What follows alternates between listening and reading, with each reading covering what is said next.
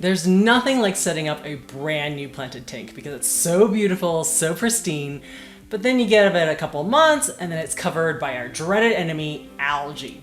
So there are many reasons why this could be happening, and that's why I'm gonna start a series called Beginner's Guide to Controlling Algae, and in part one, I wanna talk about lighting. Now you may have heard of this term called balancing an aquarium, where we want to have the lighting, the nutrients, and the carbon dioxide all in equilibrium so that the plants are happy and grow faster and outcompete the algae.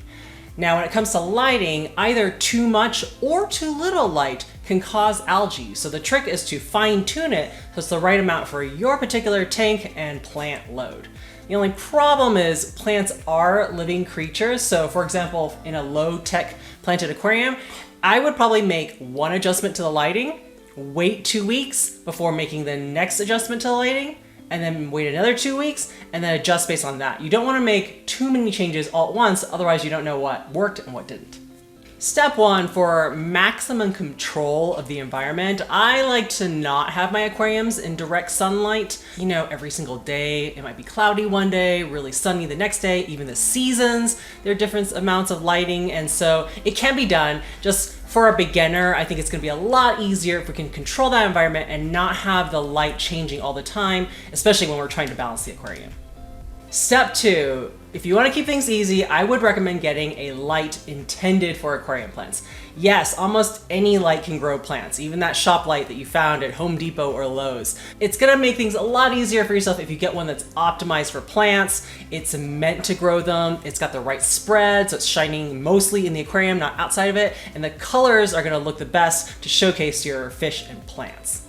If you need some recommendations, I like to go on the lighting guide on the Aquariumcoop website, where based on the size of aquarium you're using, there's recommendations on what light to use depending on if you're growing low light plants, medium light, or high light plants. Just makes things simple. Once you have your light, the next question is, how long should you have it on? And if you haven't already, make sure to get a timer. Trust me, it's gonna be so much more reliable than us humans because we get sick or go on vacation or just plain forget, and then our aquarium plants have too much or too little lighting. So there are many electrical outlet timers out there. You can get mechanical, digital, or Wi-Fi ones. Just choose any of them. I like to start real low, around 6 to 8 hours, especially for a new tank when the plants are kind of smaller and not as developed or mature yet. And then I will gradually increase that lighting as the plants get bigger and bigger. Some people like to split the timing, so there's a little siesta nap time area in the middle, and so that way you have the lights on in the morning when you're actually at home eating breakfast, getting ready. You turn it off when you're at school or work, and then once you come home you can have the lights on again so you can enjoy it in the evening. If you've decreased the duration of the lighting, but you're still getting algae growth as soon as new shoots form on the plants, then now we want to try decreasing the brightness or intensity of the lights. Now, most lights nowadays are made with LEDs, and they are way too strong and powerful, usually for most applications. And so what I like to do is start with around 20 to 40% intensity, and then I will gradually increase it until I see algae growing on the new shoots again. If it starts growing, I'll decrease the intensity and kind of adjust it in that way.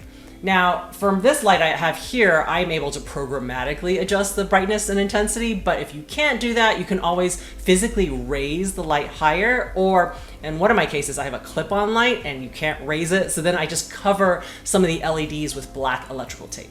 For me, once I sufficiently decreased and adjust the lighting duration and intensity, it probably took about 6 to 8 weeks of weekly water changes and again fine-tuning before I finally got the algae under control. So just have patience, you're gonna get there eventually.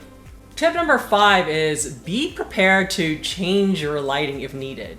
This is a living ecosystem, so you're gonna constantly need to adjust. A new tank that has, again, baby plants that are still growing, you're probably gonna want less lighting. Don't blast it, otherwise the algae is gonna take advantage of the situation. Versus a mature tank that has huge, giant plants everywhere, they're probably shading out everything. So you're either gonna need to prune the plants or increase the lighting to make sure everybody's getting enough photons.